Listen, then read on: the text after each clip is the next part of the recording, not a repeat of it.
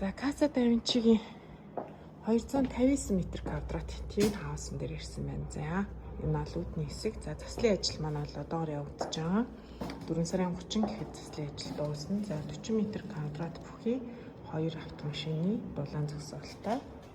За ингээд бүгдээрээ танилцъя. Нэг давхартай бол зочны өрөө болон жижиг унтлагын өрөө болон нянагийн өрөө байдлаар ашиглах боломжтой нэг юм жижиг өрөө. За зочдын ариун цэврийн өрөө.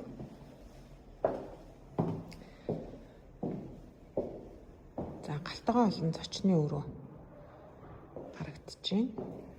За заслын хувьд бол хамгийн сүүлийн үеийн заслаар тухайн хаус маань хийгдэж байна. За шатны хамгаалах шилэн хаалтууд хийгдсэн.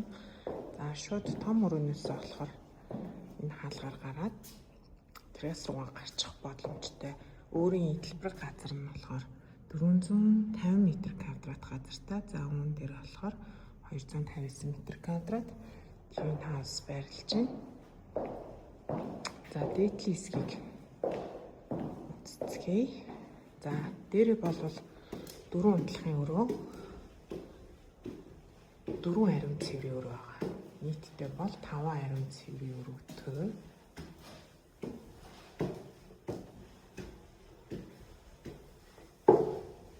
За дэше гаргаад зүүн гарт руу ирэнгүүт за мастер унтлагын өрөө.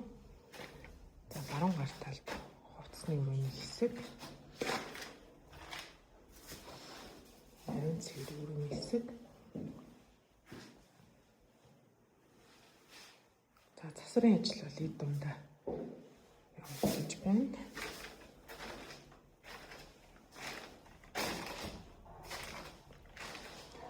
Унтлагын өрөө маань урагшаа болон хоошоо гэсэн хар утастай байгаа. За хойд руу болохоор тагт руугаа гарчихна. Тагтны харуулсан үед бол хоошоо болон зүүн хоошоо, баруун хоошоо гэсэн чиглэлүүдийг бол харчин. За энэ манай эдлбэр газрын хашаа харагдаж байна.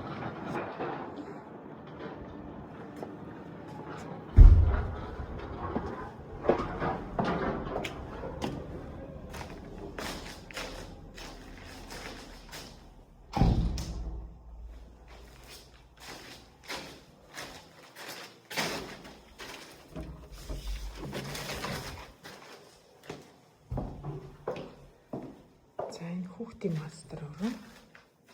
За харуу цайд бол урд зөөрөөгөө харсан. За ариун цэврийн